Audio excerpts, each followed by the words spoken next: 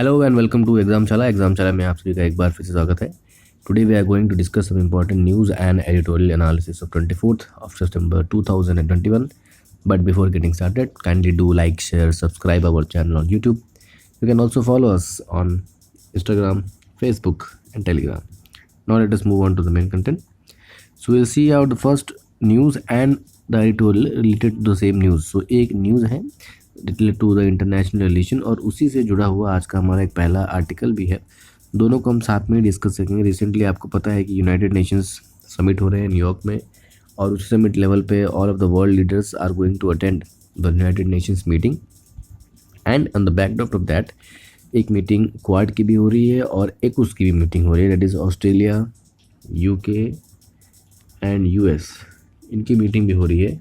और उसी मीटिंग के बैकग्राउंड में जब हाल ही में अमेरिकन के प्रेसिडेंट जो बाइडेन ने स्कॉट मॉरिसन से मुलाकात की और ये सीधा क्लियर उनके सेक्रेटरी द्वारा क्लियर कर दिया गया कि इंडिया या Japan will not be the part of the security alliance that is AUKUS।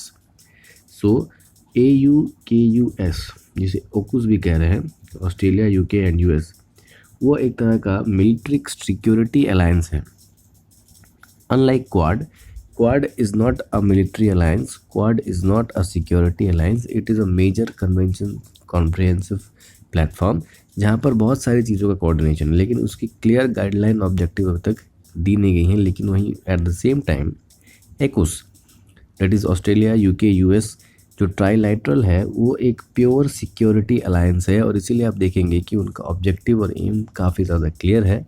And with the signing deal America has decided to transfer the nuclear power submarine to the Australian government and that has led to a warm of tension between America, Australia and France, क्योंकि पहले Australia और France के बीच में submarine की deal होने वाली थी जो कि अब नहीं हो रही है और कहीं ना कहीं अमेरिका और ऑस्ट्रेलिया के बीच में ये डील होने से फ्रांस को काफ़ी ज़्यादा नुकसान पहुंचा है और फ्रांस जो है यूरोपियन यूनियन का एक बहुत ही बड़ा मेंबर है, तो इसे यूरोपियन यूनियन वर्सेस अमेरिका की भी एक चीज़ अब डीजल ट्रसल के बीच में देखा जा रहा है, क्योंकि यूके जब अमेरिकन यूरोपियन यूनियन से अलग हो चुका है और इस union versus America, Australia and UK, इस तरह की चीज़ें देखी जा रही हैं। तो इसने हाल ही में जो चीज़ें काफ़ी क्लियर आउट कर दी कि इस जो सिक्योरिटी अलायंस है AUKUS उसमें जापान या भारत प्रवेश नहीं होंगे। जापान और भारत और Australia and America are the part and member of the Quad membership, जो कि कोई सिक्योरिटी अलायंस नहीं है। तो हम क्वाड में भले ही कोऑपरेट करेंगे, लेकिन अमेरिकन वाइट हाउस ने, पेंटागन ने बहुत ही क्लियरली ये चीज़ को बता दिया है कि इंडिया हो या जापान हो, ये जो सिक्योरिटी अलायंस है उसके साथ हम नहीं हैं। So we are not in the security alliance with India और Japan, we are only in the direct security alliance with Australia and United Kingdom. और ये कहीं ना कहीं इसी पर रिलेटेड हमारा आर्टिकल है कि the ways of the thing, that means कि ये चार जो क्वाड कंट्री है, कैसे आप देखेंगे कि क्वाड को पीछे रखकर AUKUS आगे हो गया, क्योंकि क्वाड की कोई बेसिक क्लियर गाइडलाइन नहीं थी। It was just a forum level talk, summit level talk, और किसी वेग गाइडलाइन होने की वजह से its progress was not mentioning. But at the same time AUKUS की एक क्लियर गाइडलाइन है कि वो एक सिक्योरिटी अलायंस है, स्ट्रेटेजिक अलायंस है और इसीलिए वो ज़्यादा सक्सेसफुल हो रहा है। और कैसे भारत को अपनी इस नीति पर आगे काम करना चाहिए अगर इंडो पैसिफिक में उसको अपना वर्चस्व बनाए रखना है। तो क्वाड के देशों को तो आप जानते हैं, चार देश हैं, ऑस्ट्रेलिया, इंडिया, जापान और USA। ये पूरे इंडो पैसिफिक रीजन है और उसी में जो क्वाड की भी मीटिंग भी होने वाली है US में। लेकिन क्योंकि इसका जो एजेंडा है वो काफ़ी ज़्यादा क्लियर नहीं है और इंडियन नेवी किसी भी तरह से, इंडियन गवर्नमेंट जो है किसी भी देश से सिक्योरिटी अलायंस करने से बचती आ रही है, क्योंकि हमारे जो ग्रोइंग इकनॉमी है, हमारे पास इतना पैसा नहीं है कि किसी और देश की लड़ाई में सिक्योरिटी अलायंस करें। बहुत पहले हमने 1970 के दशक में रशिया से किया था ट्रीटी ऑफ फ्रेंडशिप ट्रीटी, और जिसके बाद ही हम 1971 का वॉर लड़ पड़े थे और जीत चुके थे। लेकिन उसके बाद से इस तरह का कोई स्ट्रैटेजिक अलायंस, खास करके सिक्योरिटी एंड मिलिट्री अलायंस हमने नहीं किया है किसी कंट्री के साथ, because we have own reasons, we don't want to interfere in the matters, or similarly we also don't want others to interfere in our military matters, and that is why India has been reluctant quad को किस तरह का security organisation या security platform जैसे कि NATO है उस तरह के रूप में डेवलप करने के लिए इंडिया हमेशा रिलेक्टेंट रहा है। इंडिया ने कभी किसी देश के साथ सीधा मिलिट्री अलायंस नहीं बनाया है, और इसी वजह से आप देखेंगे कि बहुत सारे समिट लेवल पे हमारे जो ये इनडिसाइसिवनेस की वजह से चीज़ें जो हैं वो काम नहीं कर रही होती हैं। और इसी पर आर्टिकल है कि हाल ही में जो वाशिंगटन ने अनाउंस किया कि यूके, यूएसए और ऑस्ट्रेलिया ही होंगे जो एक सिक्योरिटी अलायंस बनाएंगे चाइना में। इसमें जापान और इंडिया का कोई उतना खास इंपॉर्टेंट नहीं है, भले ही क्वाड में वो मेंबर्स हो, लेकिन जो एकुस है उसमें जो विशेष तौर पर सिक्योरिटी अलायंस है that will be made by the Washington and along with the UK and the US. So Bharat की डिप्लोमेसी के लिए it is a tight slap, because we wanted to ride two horses.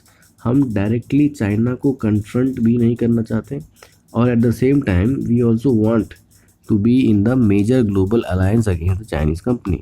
So the author, who is also has been the vice admiral in the navy, has written very clearly that we need to be very focused on our strategy.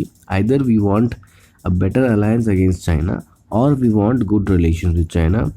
Being on the two ride horses, दो घोड़ों की सवारी कभी आपके लिए beneficial नहीं होने वाली। So we need to see and very that.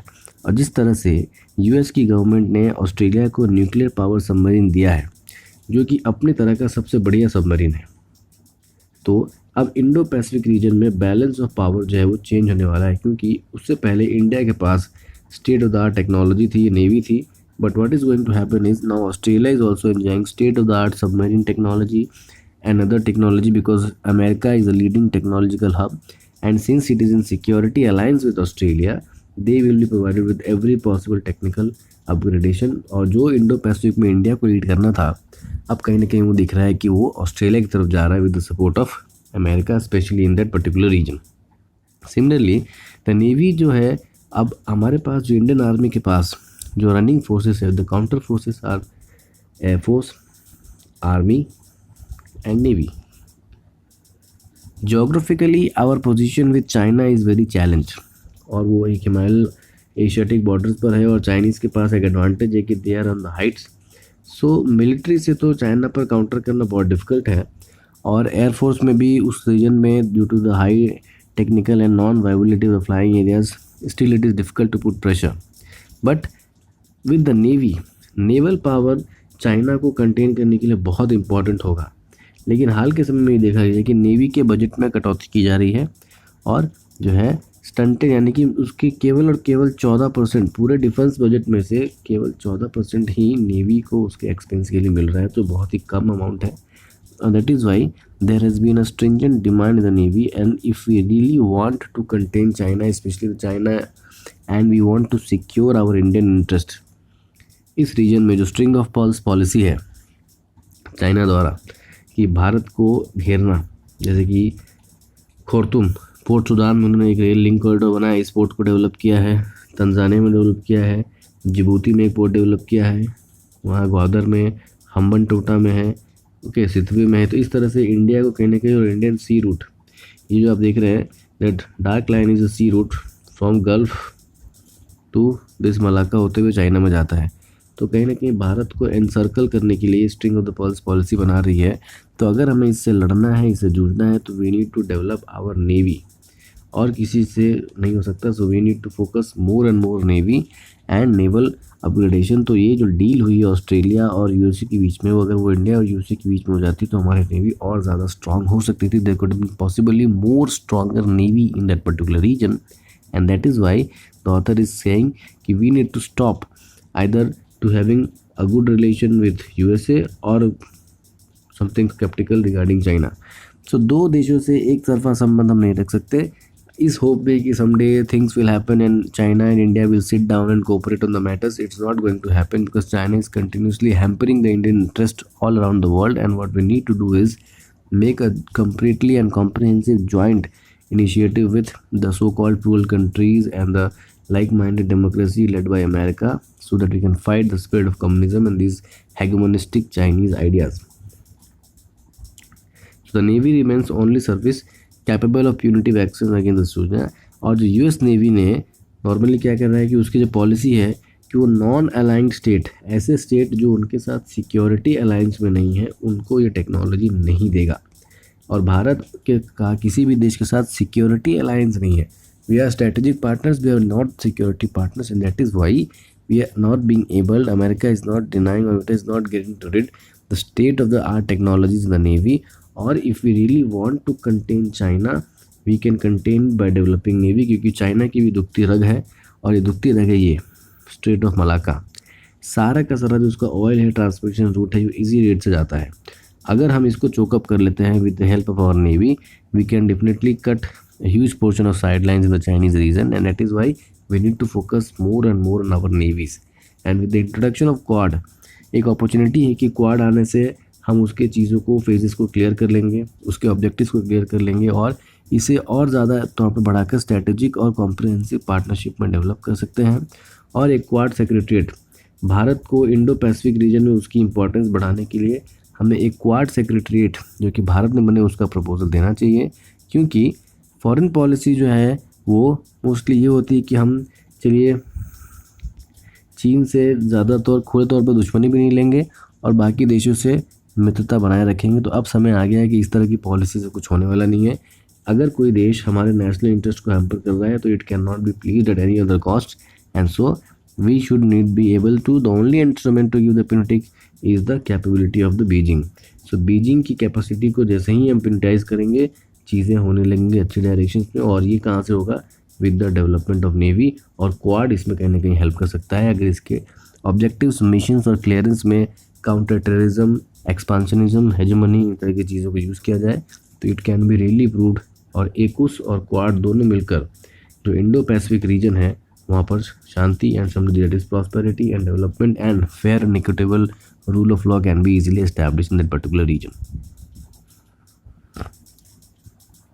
Moving on to the next important article about the cleaner air. Recently, the World Health Organization has released a new standards for the health pollution link. So, एक नया air quality index जारी किया है और जो health और air pollution के बीच में लिंक को डिस्क्राइब करता है. एंड दैट इज़ कि PM2.5 का जो एनुअल मीन है, जो कि पहले 5 होता था, अब ये उसको जो है वो 5 तक ही होना चाहिए. यानी कि ग्राम पर मीटर क्यूब, यानी कि पर ग्राम मीटर क्यूब में PM2.5 जो पार्टिकुलेट मैटर 2.5 की जो संख्या है पहले 5 ग्राम प्रति मीटर क्यूब होनी चाहिए थी, जो उसको और ज़्यादा 10 से उसको 5 कर देगा, यानी कि और कम. सिमिलरली 2.4 को 25 से 15, 10 को 20 से 25 और 24 को 45 in context to the India. और नेशनल एयर क्वालिटी इंडेक्स क्या है हमारे पास? सो हमारे पास जो नेशनल एयर क्वालिटी इंडेक्स जो इंडिया में है, दैट उसमें PM2.5 की मात्रा जो है वो 40 है. यानी कि पहले तो 4 गुना थी और अब नए नियम के साथ ही 8 गुना हो गई. सो भारत का जो एयर है उसके अंदर PM2 यानी पार्टिकुलर मैटर 2.5 डस्ट पार्टिकल एक तरह के, इसकी संख्या जो है वो 40 ग्राम पर मीटर क्यूब है, जो कि आइडियली 5 ग्राम पर मीटर क्यूब होनी चाहिए. यानी कि भारत की हवा कितनी प्रदूषित है और it is creating health issues in the local regions and the regional countries at all.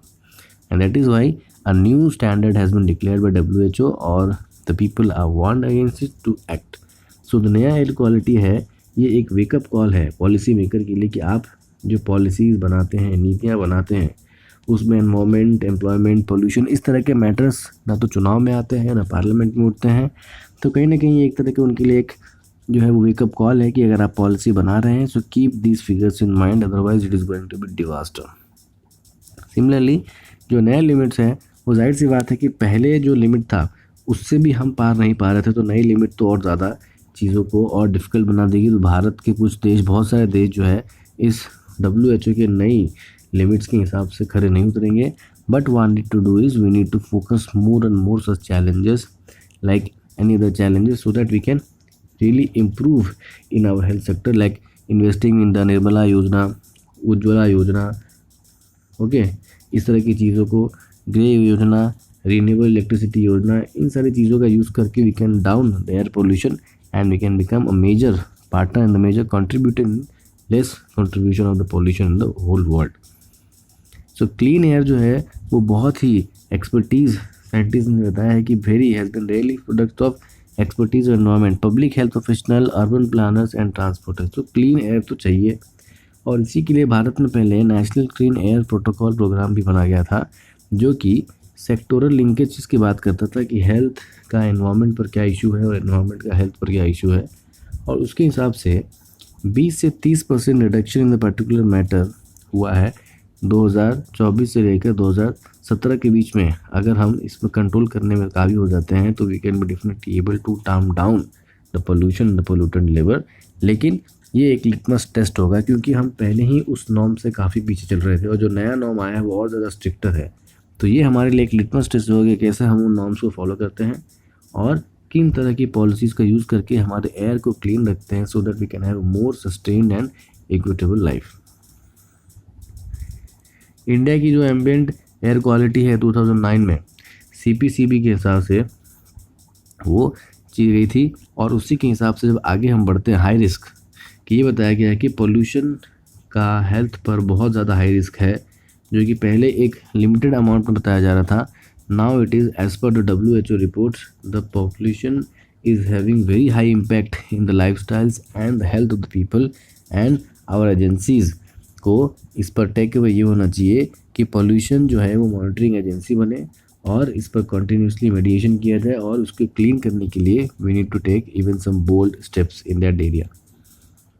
Moving on to the next important article is the article regarding the inquiry commission. Supreme court ने एक नई inquiry commission बनाई है जो Pegasus नाम के एक spyware की जांच करेगी। क्या वाकई में स्पाई किया गया था इसके द्वारा, और किया गया था तो क्या गवर्नमेंट ऑफ इंडिया का इससे कोई लिंक है या नहीं। तो इससे पहले हम जान लेते हैं कि स्पाईवेयर क्या होता है। Spyware is a kind of a virus which enters into your device through some failed attachment, okay, illegal attachment, illegal documents, downloads, even some WhatsApp video calls also, and it can program or build a setup inside your phone or laptop or memory system, and that will transfer all your data to the remote service from which it has been done, and that is why it is called spyware को नज़र रखता है।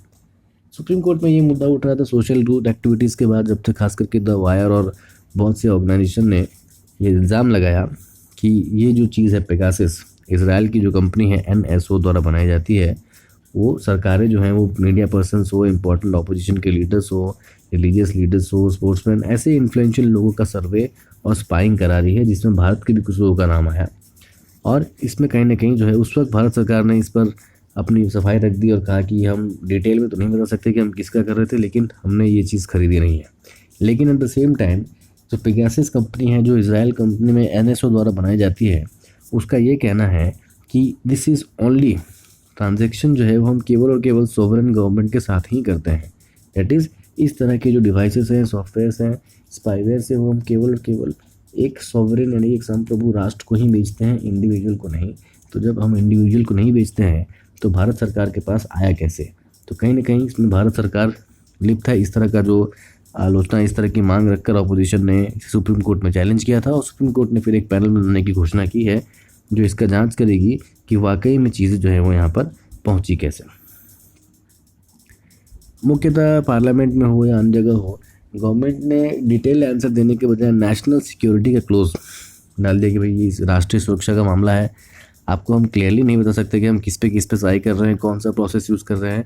और कहीं ना कहीं supreme court या अन्य लीडर्स का ये मानना था कि तुषार मेहता जो कि गवर्नमेंट के लॉयर हैं, बार बार नेशनल सिक्योरिटी और नेशनल इंपॉर्टेंस की बात कर रहे हैं, लेकिन ये नेशनल सिक्योरिटी और national importance not should come at the risk of freedom of the people. So we should not over power the freedom of people, क्योंकि सुप्रीम कोर्ट जो है वांटेड था फ्रीडम और एक्सप्रेशन और कस्टोडियन का, जो हमारे जितने भी अधिकार हैं उसका एकमात्र कस्टोडियन कौन है? The Supreme Court. And that is why we need to do it. And independent inquiry अगर एक बार हो जाएगी तो there will be a complete trust in the mechanism as well as the governments ruler. So इन सारी चीज़ों को ध्यान में रखते हुए सुप्रीम कोर्ट ने इसकी एक इंडिपेंडेंट इंक्वायरी कराने के लिए बनाया है, ताकि इससे पता चले कि वाकई स्पाईवेयर कौन यूज़ कर रहा था, क्या उसके पीछे राइट्स थे, किसकी स्पाई किए, और क्या ये वाकई राष्ट्रीय सुरक्षा का मुद्दा है कि सरकार ने किन लोगों पर स्पाई करवाया और सरकार को या गवर्नमेंट को नहीं बता रही है, सुप्रीम कोर्ट को नहीं बता रही है। तो ये सारे की सारी चीज़ें वापस आ जाएंगी। ये एक बहुत ही अच्छा एक वेलकम स्टेप है to be honoured and to be remembered, and it is why it should be hand. So India का जो स्टैंड पेगासस पे हमेशा से यही रहा है कि हमने ऐसा कोई सॉफ्टवेयर या स्पाईवेयर नहीं खरीदा है, लेकिन बाकी अन्य देशों में जहाँ पर इसके केसेस आए हैं उन देशों ने ये माना है कि हमने लिया और स्पाइंग करवाई, लेकिन केवल भारत ही ऐसा देश है जिसने ये लिया है और उसकी जानकारी भी नहीं प्राप्त की, कहा भी नहीं, साफ साफ नकारता है। तो कहीं ना कहीं ये सरकार की मंशा पर सवाल उठाते हैं। और जिस तरह से सुप्रीम कोर्ट के पैनल ने एक रिटायर्ड जज के एक कंप्लीट पैनल बनाई है जो कि इस मैटर को अलग से देखेगी, अलग से ट्राइब्यूनल के रूप में देखेगी, तो सबके सब क्लैरिटी आने की काफ़ी ज़रूरत है। And the moment will get clarity it will be better for our country and for democracy, because at the end of the day right to privacy हो और राइट टू लिव, दोनों में ही इंटरनेट का अधिकार भी है, उसकी प्राइवेसी का भी अधिकार है। बिना किसी की मर्जी से आप किसी की स्पाइंग नहीं करा सकते, even not in the name of so called national interest. So this was all for today's video. We'll see you in the next video. Till then, Jai Hind.